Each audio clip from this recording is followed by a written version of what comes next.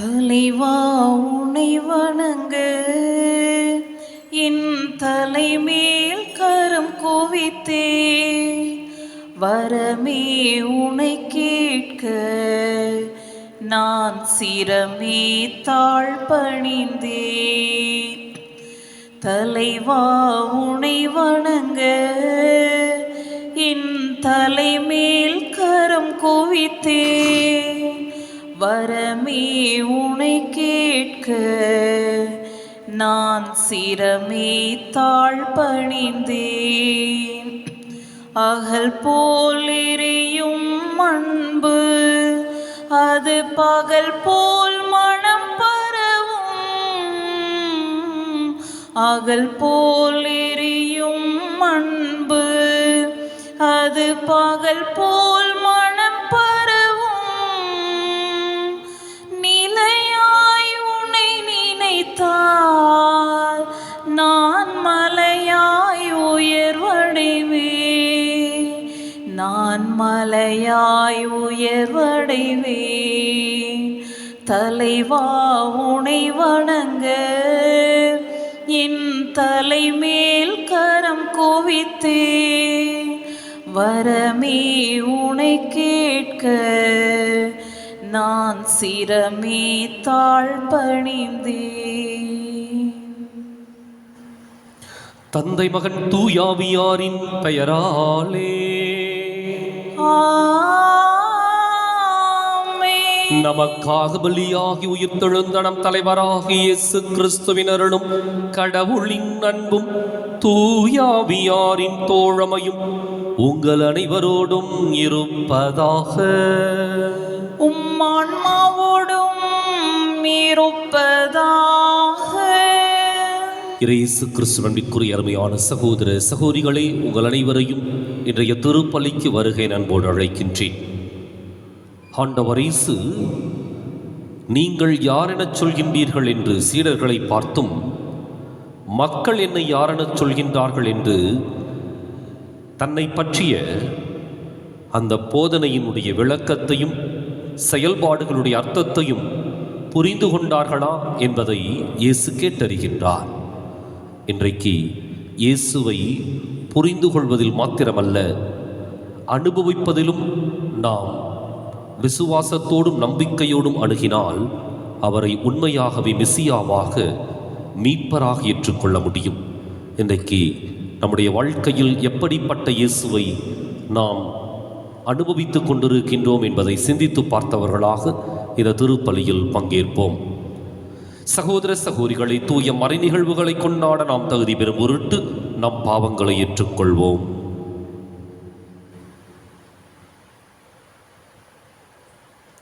எல்லாம் வல்ல இறைவனிடமும் சகோதர சகோதரிகளே உங்களிடமும் நான் பாவையினை ஏற்றுக்கொள்கின்றேன். ஏனெனில் சிந்தனையால் சொல்லாலும் செயலாலும் கடமையில் தவறியதாலும் பாவங்கள் பல செய்தேன். என் பாவமே என் பாவமே என் பெரும் பாவமே. ஆகையால் எப்போதும் கன்னியான புனித மரியாவையும் வானதூதர் புனிதரையும் சகோதர சகோதரிகளே உங்களையும் நம் இறைவனாகிய ஆண்டவரிடம் எனக்காக வேண்டிக் கொள்ள மன்றாடுகின்றேன். எல்லாம் வல்ல இறைவன் நம் மீது இரக்கம் வைத்து நம் பாவங்களை மன்னித்து நம்மை நிலை வாழ்வுக்கு அழைத்துச் செல்வாராக. ஆமென். ஆண்டவரே இரக்கமாயிரும். ஆண்டவரே இரக்கமாயிரும். கிறிஸ்துவே இரக்கமாயிரும். கிறிஸ்துவே இரக்கமாயிரும். ஆண்டவரே இரக்கமாயிரும். ஆண்டவரே இரக்கமாயிரும். மன்றாடுவோமாக. ஆண்டவரை புனித மரியாவின் ஊழியர் அவையை நிறுவிய புனித சகோதரர்கள் இறைவனின் அன்னையை மிகுந்த பற்றன்புடன் வணங்கியதோடு மக்களையும் உம்மிடம் கொண்டு வந்தன. அதே பற்றுணர்வை எங்கள் மீதும் கனிவுடன் பொழிவீராக. உம்மோடு தூயாவியாரின் ஒன்றிப்பில் இறைவனாய் என்றென்றும் வாழ்ந்து ஆட்சி செய்கின்ற எங்கள் ஆண்டவரும் உம் திருமகனுமாகிய இயேசு கிறிஸ்து வழியாக உம்மை மன்றாடுகின்றோ. ஆமென்.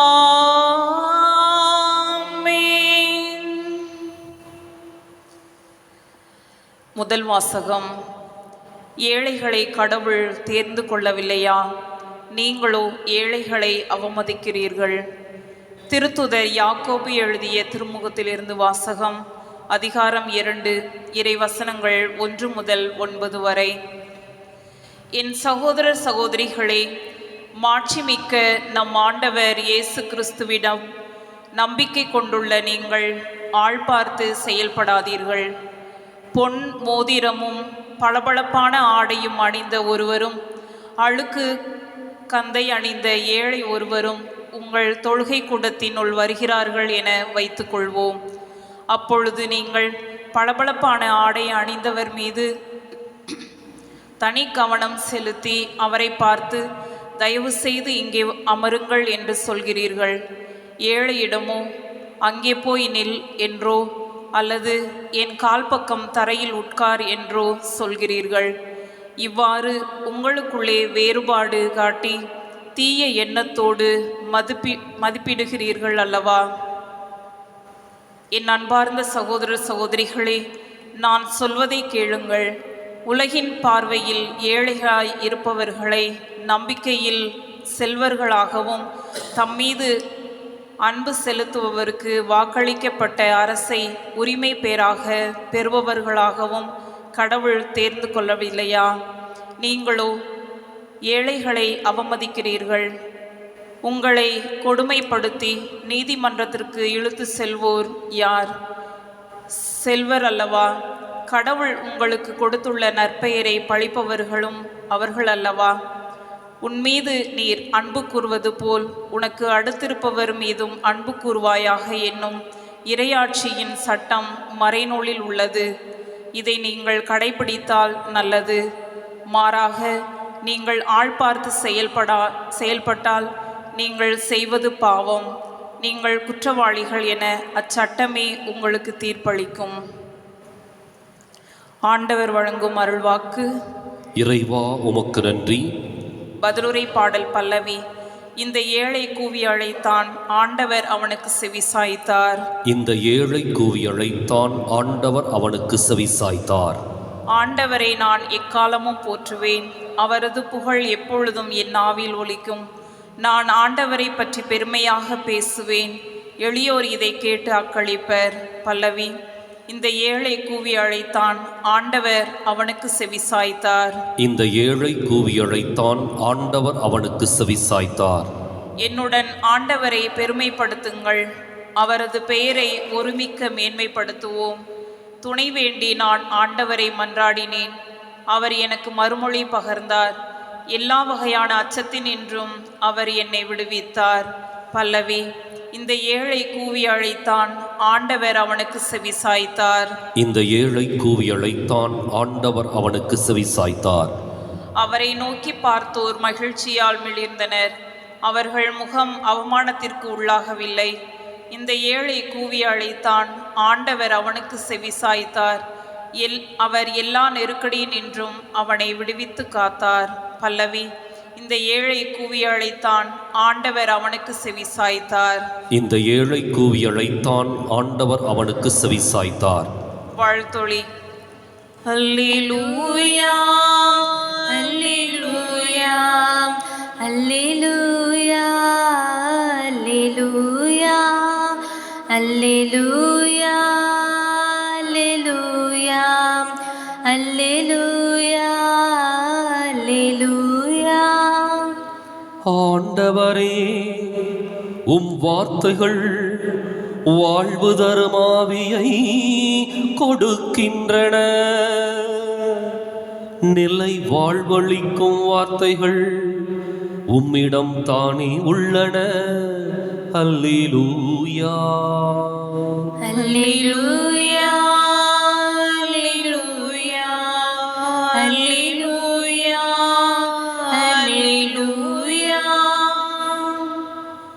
ஆண்டவர் உங்களோடு இருப்பாராக.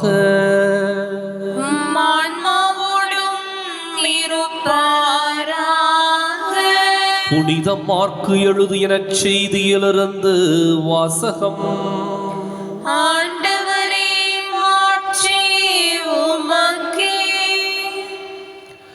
அதிகாரம் 8, இறைவாக்கியங்கள் 27 முதல் 33 முடிய. அக்காலத்தில் இயேசு தம் சீடருடன் பிலிப்பு செசரியாவை சார்ந்த ஊர்களுக்கு புறப்பட்டு சென்றார். வழியில் அவர் தம் சீடரை நோக்கி, நான் யார் என மக்கள் சொல்கிறார்கள் என்று கேட்டார். அதற்கு அவர்கள் அவரிடம், சிலர் திருமுழுக்கு யோவான் எனவும், வேறு சிலர் எலியா எனவும், மற்றும் சிலர் இறைவாக்கினருள் ஒருவர் எனவும் சொல்கின்றனர் என்றார்கள். ஆனால் நீங்கள் நான் யார் எனச் சொல்கிறீர்கள் என்று அவர் அவர்களை கேட்க, பேதுரு மறுமொழியாக, நீர் மெசியா என்று உரைத்தார்.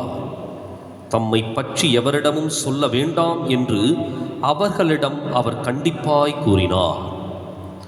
மானிட மகன் பலவாறு துன்பப்படவும் மூப்பர்கள், தலைமை குருக்கள், மறைநூல் அறிஞர்கள் ஆகியோரால் உதறி தள்ளப்பட்டு கொலை செய்யப்படவும் 3 நாள்களுக்கு பின் உயிர்த்தெழவும் வேண்டும் என்று இயேசு அவர்களுக்கு கற்பிக்கத் தொடங்கினார்.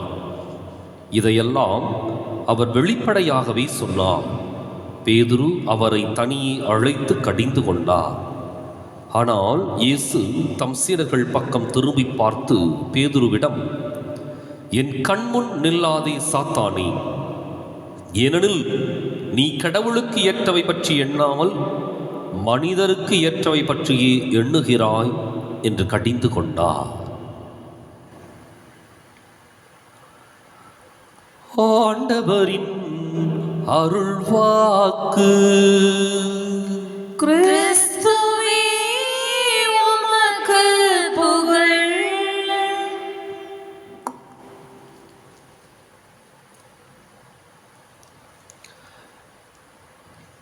இயேசு கிறிஸ்துவிற்குரிய அருமையான சகோதர சகோதரிகளே,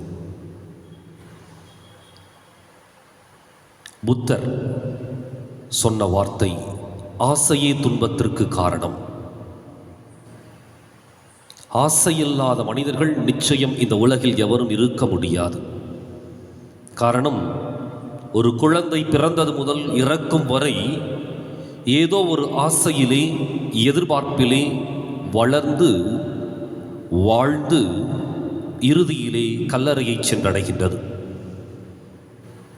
இந்த ஆசையும் எதிர்பார்ப்பும் தான் ஒரு மனிதனை அடுத்த கட்டத்திற்கு நகர்த்துகின்றது. உண்மைதான், புத்தர் பெருமானுடைய அடிப்படை தத்துவம் உண்மை. ஆசையே துன்பத்திற்கு காரணம். ஆசையை துறப்பது ஒரு மிகப்பெரிய சவால். எல்லா மனிதர்களுக்கும் ஆசை இருக்கின்றது. பல்வேறு ஆசைகள் ஒவ்வொரு மனிதனுக்கும் இருக்கின்றது. அதில் தவிர்க்க முடியாத ஒரு ஆசை அப்படின்னா, என்னை பற்றி மற்றவர்கள் என்ன சொல்லுகின்றார்கள், நான் யார்னு மற்றவர்கள் நினைத்து கொண்டிருக்கின்றார்கள் அல்லது பேசிக் கொண்டிருக்கின்றார்கள். இது எல்லா மனிதர்களுக்கும் எழுகின்ற நியாயமான ஒரு ஆசை. காரணம், அந்த மனிதன் அந்த சமூகத்திலே அல்லது அந்த சமுதாயத்திலே ஏற்றுக்கொள்ளப்பட்டிருக்கின்றானா இல்லையா என்பது இந்த ஆசையினுடைய ஒரு முடிவு. அப்ப இயேசுவுக்கு ஆசை இல்லையா? இருந்தது. இயேசுவும் அந்த எண்ணத்தில், அந்த எதிர்பார்ப்பில் இந்த கேள்வி எழுப்புகின்றார், நான் யார் என மக்கள் சொல்கிறார்கள். ஆனால் இயேசு ஒரு பொய்யான அல்லது தவறான ஒரு கண்ணோட்டத்தோடு இந்த கேள்வியை எழுப்பவில்லை, அல்லது மக்கள் தன்னை புகழ வேண்டும் என்பதற்காக இந்த கேள்வியை எழுப்பவில்லை. மாறாக இயேசுவினுடைய எண்ணமும் சிந்தனையும் எதுவாக இருந்துச்சுன்னா, தன்னுடைய பணியும் தன்னுடைய செயலும் தன்னுடைய சொல்லும் மக்களை சரியாக சென்றடைந்திருக்கின்றதா? இதுதான் இயேசுவினுடைய ஒரு நியாயமான எதிர்பார்ப்பும் ஆசையும். அந்த ஒரு கண்ணோட்டத்தோடு இந்த கேள்வி எழுப்புகின்றார், நான் யார் என மக்கள் சொல்கிறார்கள். பதில் கிடைக்குது, நிறைய கிடைக்குது. திருமுழுக்கு யோவான், எலியா, இறைவாக்கினருள் ஒருவர். ஏனென்றால் இயேசுவனுடைய சொற்கள், இயேசுவனுடைய செயல்பாடுகள் இவர்களை ஒத்திருக்கின்றது. எனவே இவர்கள் இப்படி பல்வேறு பதில்களை கொடுக்கின்றார்கள். அதுக்கப்புறம் சீடர்கள் பக்கம் திரும்பி கேட்கின்றார், நீங்கள் நான் யார் என சொல்கிறீர்கள்? ஐடென்டிட்டி கிரைசிஸ் என்று சொல்லுவார்கள். தன்னுடைய அடையாளத்தை பற்றிய ஒரு விவாதம் எந்த ஒரு மனிதனுக்கும் எழுவது இயல்பு. அதுவும் குறிப்பாக ஒரு சமூகத்தை வழிநடத்தக்கூடிய ஒரு தலைமை பொறுப்பிலும் பண்பிலும் இருக்கின்ற மனிதர்களுக்கு இந்த தன்னடையாளத்தை பற்றிய ஒரு விவாதம் அடிக்கடி எழுவதுண்டு. காரணம், மக்களால் ஏற்றுக்கொள்ளப்பட்டால் மாத்திரமே அந்த தலைமை பொறுப்பு தொடர்ந்து இருக்க முடியும். எனவே இந்த கேள்வியை அவர்கள் அடிக்கடி எழுப்புவதுண்டு. அப்ப இயேசு எழுப்பிய கேள்விக்கு பதில் கிடைக்கின்றது. பேதுரு அழகாக சொல்லுகின்றார், நீர் மெசியா, நீர் மெசியா. இன்னும் மற்றொரு இடத்தில் அதை அழுத்தமாக குறிப்பிடுவார், நீர் மெசியா, உயிருள்ள கடவுளின் மகன். இந்த ஒற்றை வார்த்தையிலே அனைத்தும் அடங்கிவிட்டது. மெசியா என்பதற்கு அபிஷேகம் செய்யப்பட்டவர், மெசியா என்பதற்கு மக்களை மீட்பவர், மெசியா என்பதற்கு மக்களுடைய வாழ்க்கையை சிறப்பாக விடுதலையை நோக்கி வழிநடத்தியவர். இதுதான் அந்த வார்த்தைக்கான அர்த்தம். சரியாக சொன்னார், குறிப்பிட்டு சொன்னார். இயேசுவை பற்றிய அடையாளத்தை மொத்தமாக அவர் இந்த வார்த்தையில் அடக்குகின்றார்.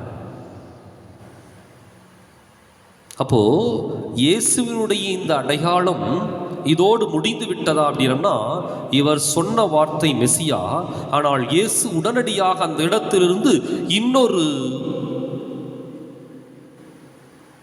இடத்திற்கு தாவுகின்றார். என்ன அப்படின்னா, மெசியா அப்படிங்கிறவருக்கு மீட்பர், விடுதலையின் வீரர், அபிஷேகம் செய்யப்பட்டவர் என்பது பொருள். இதெல்லாம் மகத்துவத்தையும் உன்னதத்தையும் இயேசுவை பற்றிய அந்த மகிமையையும் எடுத்து கூறுவது. இது ஒரு பகுதி. ஆனால் இயேசு அடுத்த இடத்திற்கு தாவுகின்றார். என்ன அப்படின்னா, மானிட மகன் பலவாறு துன்பப்படவும் மூப்பர்கள், தலைமை குருக்கள், மறைநூல் அறிஞர்கள் ஆகியோரால் உதறி தள்ளப்பட்டு கொலை செய்யப்படவும். இது ஒரு வித்தியாசமான கருத்தியல். ஒரு மெசியா என்பவருடைய உன்னதம் ஒரு பக்கம், உச்சம் ஒரு பக்கம், மகத்துவம் ஒரு பக்கம், மகிமை ஒரு பக்கம். ஆனால் இந்த உலகத்திலேயே மிகவும் இகழ்வான ஒரு சாவை இந்த மெசியா அனுபவிக்க போகின்றார் அப்படிங்கிறது மிகப்பெரிய ஒரு சங்கடம். ரெண்டுக்கும் மிகப்பெரிய வித்தியாசம். ஒன்றுக்கு முரண்பட்டது. மெசியா ஒரு பக்கம், சிலுவையில் அறைந்து கொலை செய்யப்பட வேண்டும் அப்படிங்கிறது இன்னொரு பக்கம். ரெண்டுக்கும் ஒத்து வராது. அப்ப இயேசு தன்னை பற்றிய அடையாளத்தை சரியாக புரிந்து வைத்திருந்தார். இந்த சீடர்களாகட்டும் அல்லது மக்களாகட்டும் புரிந்து வைத்திருந்த ஒரு காரியம் ஒரு பக்கம். ஆனால் இயேசு தன்னை பற்றிய உணர்வை, தன்னை பற்றிய அடையாளத்தை சரியாக புரிந்து வைத்திருந்தார். எனவேதான் மெசியா என்று சொல்லி சீடர்கள் அவரை அறிவித்த பொழுது புகழ்ச்சிக்கும் அல்லது இருமாப்புக்கும் கர்வத்திற்கும் உள்ளாகவில்லை. மாறாக அதே இடத்திலே தான் எப்படிப்பட்ட ஒரு பணியை செய்து எப்படிப்பட்ட முடிவை அடையப் போகின்றோம் என்பதை அவர் தெளிவுபடுத்துகின்றார். சிலுவையில் அறைந்து கொல்லப்பட வேண்டும், கொலை செய்யப்பட வேண்டும். அப்ப இயேசுவினுடைய அந்த இவ்வளவு தெளிவான ஒரு புரிதல் அல்லது தன்னை பற்றிய ஒரு முழுமையான ஒரு புரிதல் மிகவும் ஆச்சரியமானது. அதான் அந்த இயேசுவை தைரியத்தோடு நம்பிக்கையோடு வழி நடத்தியது. இதுதான் நடக்கப் போகுது, இதை பற்றி நான் ஒருபோதும் கவலைப்படப் போவதில்லை, இதற்காக ஒருபோதும் அஞ்சி பின்வாங்கவும் போவதில்லை. இயேசு தெளிவார்த்தார். காரணம், தன்னை பற்றி முழுமையாக, தன் அடையாளத்தை பற்றி, தன்னுடைய இலக்கை பற்றி தெளிவாக அவர் உணர்ந்திருந்தார். அதனால தான் அவர் அந்த வார்த்தையை சொல்லுகின்றார். பேதுரு தனியாக கூட்டிட்டு போய் சொல்றாரு, ஐயோயோ இதெல்லாம் வேண்டாம், இதெல்லாம் உங்களுக்கு நேரக்கூடாது. பேதுரு தனியாக கூட்டிகிட்டு போய் சொல்கிறாரு. ஆனால் அவர் பேதுருகிட்ட சொல்கிறாரு, என் கண்முன் நில்லாதே சாத்தானே, ஏனெனில் கடவுளுக்கு ஏற்றவை பற்றி எண்ணாமல் மனிதருக்கு ஏற்றவை பற்றி எண்ணுகின்றாய். மனிதனுடைய சிந்தனை எண்ணம் எல்லாம் என்னன்னா சந்தோஷம், மகிழ்ச்சி, உயர்வு, உன்னதம், புகழ்ச்சி, அதிகாரம், ஆடம்பரம், இதெல்லாம் மனிதனுடைய எண்ணங்கள். ஆனால் கடவுளுடைய எண்ணம் என்னன்னா துன்பத்தின் வழியாக, துயரத்தின் வழியாக, சங்கடங்களின் வழியாக அல்லது சோதனைகள் வழியாக தன்னை ஈடுபடுத்தி கொண்டு ஒரு வெற்றியை அல்லது அந்த மகத்துவத்தை அடைய வேண்டும் அப்படிங்கிறதா இறைவனுடைய வழிமுறை. இன்றைக்கு நாம் சிந்தித்து பார்ப்போம். நம்மை பற்றிய அந்த சுய அறிவு, நாம் எப்படிப்பட்டவர்கள் என்பதை முழுமையாக உணர்ந்து ஏற்றுக்கொள்ளக்கூடிய தைரியம், அதிலிருந்து மீண்டுமாக நம்மை சிறப்பான சீரான ஒரு வழிக்கு உட்படுத்தி இலக்கை நோக்கி பயணிக்கின்ற நியாயமான, நேர்மையான, உண்மையான மனிதர்களாக நாம் வாழ, மக்கள் என்னை யார் என்று சொல்லுகின்றார்கள், என்னை சுற்றி இருக்கின்ற சமூகம் சரியாக நம்முடைய செயல்பாடுகளை புரிந்து கொள்ளக்கூடிய அளவுக்கு நம்முடைய சிந்தனைகளை, செயல்பாடுகளை எடுத்துச் செல்லவும் எடுத்துச் சொல்லவும் இந்த திருப்பலியில் தொடர்ந்து மன்றாடுவோம்.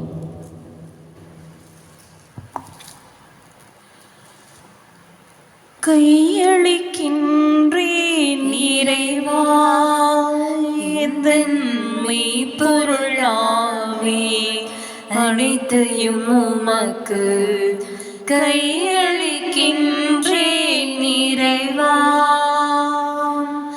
வாழ்க்கையை விட எந்தன் வளமையை விட உந்தன் அருள்நிலை ஒன்றே மேலானது.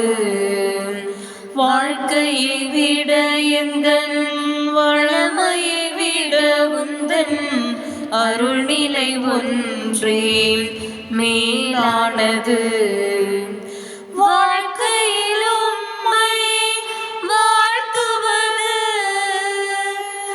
வாழ்க்கையில் உம்மை வாழ்த்துவது எல்லா வரங்களையும் விட மேலானது, மேலானது.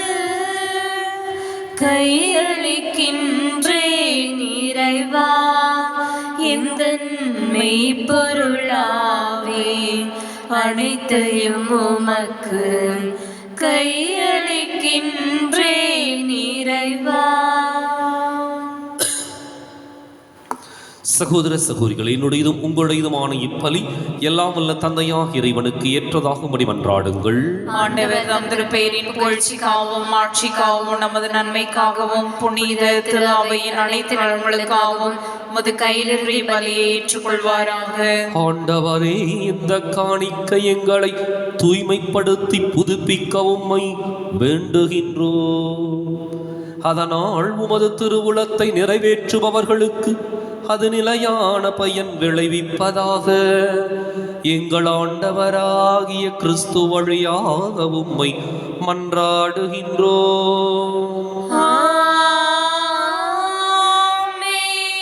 ஆண்டவர் உங்களோடு இருப்பாராக, ஆன்மாவோடும் இருப்பாராக. இதயங்களை மேலே எழுப்புங்கள். ஆண்டவரிடம் எழுப்பியுள்ளோம். நம் இறைவனாகிய ஆண்டவருக்கு நன்றி கூறுவோம். அது தகுதியும் நீதியுமானது. தூயவரான தந்தையே, உம் அன்பார்ந்த மகன் இயேசு கிறிஸ்து வழியாக என்னாலும் எவ்விடத்திலும் நாங்கள் உமக்கு நன்றி செலுத்துவது மெய்யாகவே தகுதியும் நீதியும் ஆகும். எங்கள் கடமையும் மீட்புக்கு உரிய செயலுமாகும். உம் வார்த்தையானவர் வழியாக அனைத்தையும் படைத்தீர். அவரையே மீட்பராகவும் ஈடேற்றுபவராகவும் எங்களுக்கு அனுப்பினீர். அவர் தூயாவியால் உடலெடுத்து கன்னிமரியாவிடமிருந்து பிறந்தார். அவர் முது திருவுளத்தை நிறைவேற்றி புனித மக்களை உமக்கு பெற்றுத்தர தம் கைகளை விரித்து பாடுபட்டார். இவ்வாறு அவர் சாவை வென்று உயிர்ப்பை வெளிப்படுத்தினார். ஆகவே வானதூதரோடும் புனிதர் அனைவரோடும் சேர்ந்து நாங்கள் உமது மாட்சியை புகழ்ந்துரைத்து ஒரே குரலாய் சொல்வதாவது: தூயவர் தூயவர் தூயவர், வான்படைகளின் கடவுளாம் ஆண்டவர், விண்ணகமும் மண்ணகமும் உமது ஆட்சியால் நிறைந்துள்ளன. உன்னதங்களிலே ஓசன்னா. ஆண்டவர் பெயரால் வருகிறவர் ஆசீர் பெற்றவர். உன்னதங்களிலே ஓசன்னா.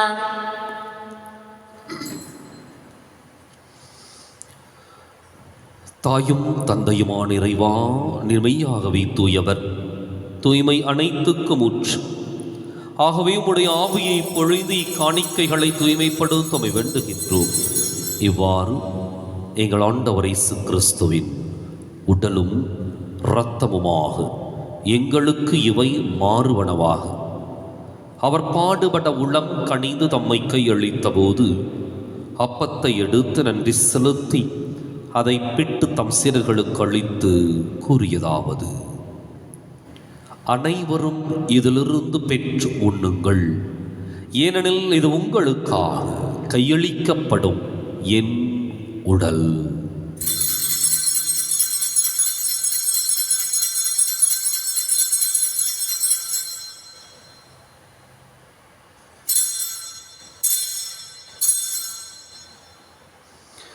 அவனமே இரவு விருந்தை அருந்தியபின் கிண்ணத்தையும் எடுத்து மீண்டும் உமக்கு நன்றி கூறி தம் சீடர்களுக்கு அளித்து அவர் கூறியதாவது: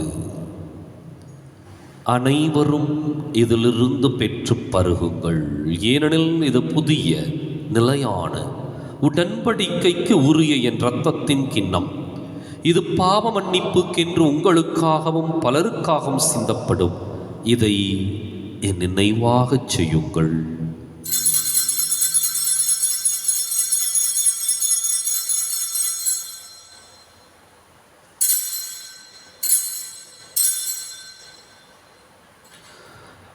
நம்பிக்கையின் மறை பொருள். ஆண்டவரே, நீர் வரும் அளவும் உமது இறப்பினை அறிக்கை இடுகின்றோ, உமது உயிர்ப்பினையும் எடுத்துரைக்கின்றோ. ஆகவே ஆண்டவரே, நாங்கள் கிறிஸ்துவின் இறப்பினையும் உயிர்ப்பினையும் நினைவுகூர்ந்து வாழ்வு தரும் அப்பத்தையும் மீட்பளிக்கும் கிண்ணத்தையும் உமக்கு ஒப்புக் கொடுக்கின்றோம். உம் திருமுன் நின்று மக்கு ஊழியம் புரிய தகுந்தவர்களை நீங்களை ஏற்றுக்கொண்டீர். எனவே உமக்கு நன்றி செலுத்துகின்றோம். மேலும் கிறிஸ்துவின் உடலிலும் இரத்தத்திலும் பங்கு கொள்ளும் எங்களை தூய ஆவியார் ஒன்று சேர்க்க வேண்டுமென உம்மை தாழ்மையுடன் மன்றாடுகின்றோம். ஆண்டவரை, உலகெங்கும் பரவி இருக்கும் அது திரு அவையை நினைவு கூர்ந்தருளும். எங்கள் தலைமை தந்தை பிரான்சிஸ், எங்கள் மறைமாவட்ட தலைமை தந்தை பீட்டர் அபீர், எல்லா திருநிலையினராகிய அனைவரோடும் உமது திரு அவை அன்பில் நிறைவு பெறச் செய்தருளும். மேலும் உயிர்த்தெழும் எதிர்நோக்குடன் துயில் கொள்ளும் எங்கள் சகோதரர் சகோதரிகளையும் இறந்தோர் அனைவரையும் இரக்கத்துடன் நினைவு கூர்ந்து முது திருமுக ஒளியினுள் ஏற்றருளும். எங்கள் அனைவர் மீதும் இரக்கமாயிரும். கடவுளின் கன்னித்தாயான புனித மரியா, அவருடைய கணவரான புனித யோசேப்பு, புனித திருத்தூதர்கள், இவ்வுலகில் நமக்கு உகந்தவராயிருந்தோர் ஆகிய புனிதர் அனைவருடனும் நாங்கள் நிலை வாழ்வில் பங்கு கொள்ளும் தகுதி பெற்று உம் திருமகன் இயேசு கிறிஸ்து வழியாக உம்மை புகழ்ந்தேத்தும் வரமருள உம்மை மன்றாடுகின்றோம்.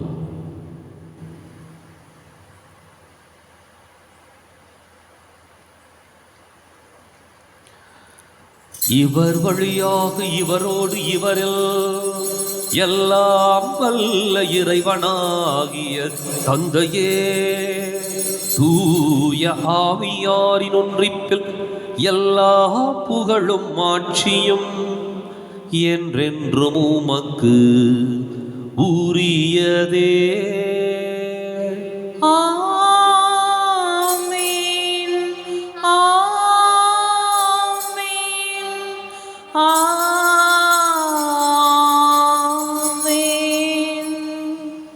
கடவுளை நம் தந்தை என அழைக்க இயேசு நமக்கு கற்பித்தார். எனவே நாம் அனைவரும் இணைந்து துணிந்து சொல்லுவோம்: விண்ணுலகில் இருக்கின்ற எங்கள் தந்தையே, உமது பெயர் தூயது என போற்ற பெறுக. உமது ஆட்சி வருக. உமது திருவுளம் விண்ணுலகில் நிறைவேறுவது போல மண்ணுலகிலும் நிறைவேறுக. எங்கள் அன்றாட உணவை இன்று எங்களுக்கு தாரும். எங்களுக்கு எதிராக குற்றம் செய்வோரை நாங்கள் மன்னிப்பது போல எங்கள் குற்றங்களை மன்னியும். எங்களை சோதனைக்கு உட்படுத்தாதேயும், தீமையிலிருந்து எங்களை விடுவித்தருளும். ஆண்டவரை, தீமை அனைத்திலிருந்தும் எங்களை விடுவித்து எங்கள் வாழ்நாளில் அமைதியை கனிவுடன் அருளும் மன்றாடுகின்றோம். உமது இரக்கத்தின் உதவியால் நாங்கள் பாவத்திலிருந்து எப்போது விடுதலை பெற்று யாதொரு கலக்கமும் இன்றி நலமாயிருப்போமாக. நாங்கள் எதிர்நோக்கி இருக்கும் பேரின்பத்துக்காகவும் மீட்பராகிய இயேசு கிறிஸ்துவின் வருகைக்காகவும் காத்திருக்கின்றோம். ஏனெனில் ஆட்சியும் வல்லமையும் ஆட்சியும் என்றென்றும் உமதே. ஆண்டவரை இயேசு கிறிஸ்துவை, அமைதியை உங்களுக்கு விட்டுச் செல்கின்றேன், என் அமைதியையே உங்களுக்கு அளிக்கின்றேன் என்று உம் திருத்தூதர்களுக்கு மொழிந்தீரே. எங்கள் பாவங்களை பாராமல் உமது திரு அவை நம்பிக்கையை கண்ணோக்கி உமது திருவுளத்துக்கு ஏற்பதற்கு அமைதியையும் ஒற்றுமையும் அளித்தருள்வீராக. என்றென்றும் வாழ்ந்து ஆட்சி செய்கின்றவர் நீரே. ஆமென். ஆண்டவருடைய அமைதி உங்களோடு என்றும் இருப்பதாக. உம் ஆன்மாவோடும் இருப்பதாக. ஒருவருக்கொருவர் அமைதியை பகிர்ந்து மகிழ்வோம்.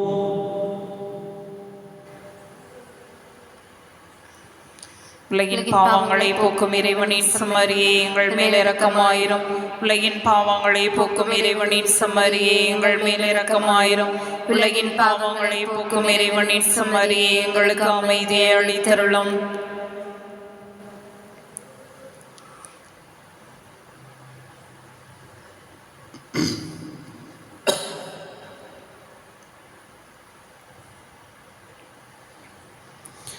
இதோ இறைவனின் செம்மறி, இது உலகின் பாவங்களை போக்குகின்றவர்.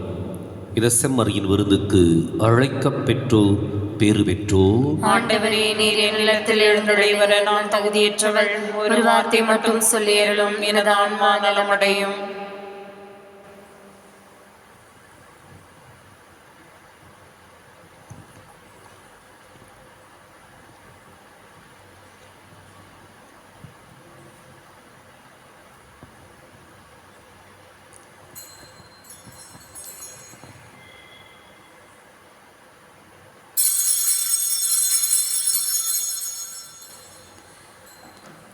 என் ஜீவன் பாடுது உன் வரவை நாடுது. அன்பே அருட்செல்வமே, அன்பே அருட்செல்வமே. காலம் கடந்தாலும் கோலம் அழிந்தாலும், காலம் கடந்தாலும் கோலம் அழிந்தாலும், உன் வாக்கு மாறாது இறைவா. புதுமை பிறந்தது, பாவம் அழிந்தது. புதுமை பிறந்தது, பாவம் அழிந்தது. புனிதம் பேசிடவா என் ஜீவன் பாடுது, உன் வரவை நாடுது. அன்பே அருட்செல்வமே, அன்பே அருட்செல்வமே.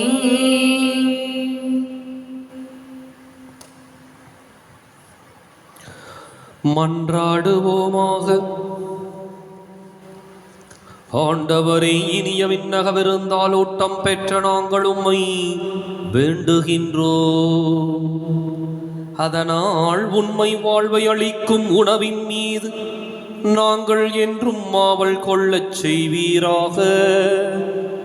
எங்கள் ஆண்டவராகிய கிறிஸ்து வழியாக உம்மை மன்றாடுகின்றோம்.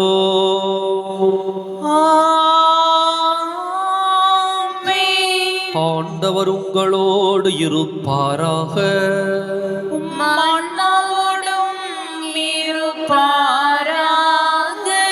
எல்லாம் வல்ல இறைவன் தந்தை மகன் தூயாவியார் உங்களுக்கு ஆசி வழங்குவாராக.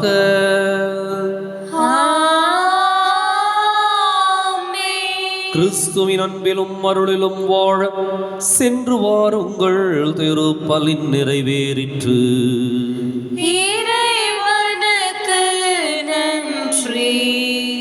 வலது வாய்க்காலுக்காக ஜெபம். அன்பு தந்தையே இறைவா, அன்பு தந்தையே இறைவா, கேளுங்கள் கொடுக்கப்படும், கேளுங்கள் கொடுக்கப்படும், தட்டுங்கள் திறக்கப்படும், தட்டுங்கள் திறக்கப்படும், தேடுங்கள் கண்டடைவீர் தேடுங்கள் கண்டடைவீர் என்ற இறை வார்த்தையில் நம்பிக்கை வைத்து ஜெபித்த பொழுது நம்பிக்கை வைத்து ஜெபித்த பொழுது கிடைத்த எல்லா நன்மைகளுக்காகவும் உமக்கு நன்றி கூறுகின்றோம்.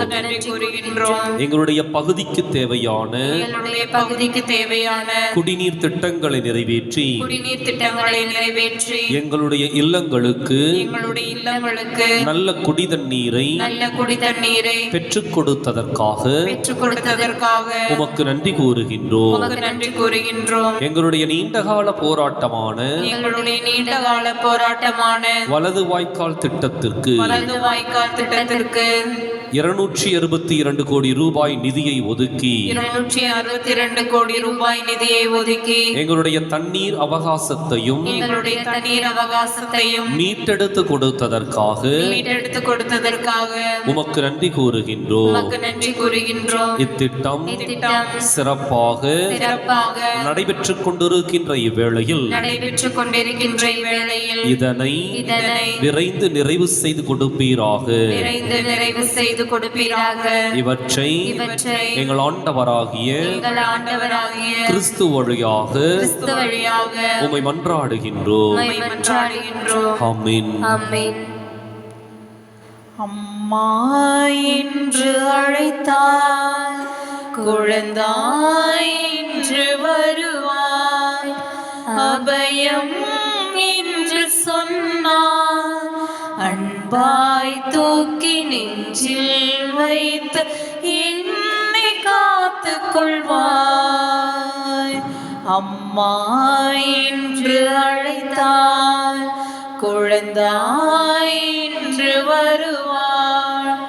அபயம் என்று சொன்னார் அன்பாய் தூக்கி நெஞ்சில் வைத்து என்னை காத்துக் கொள்வாய்.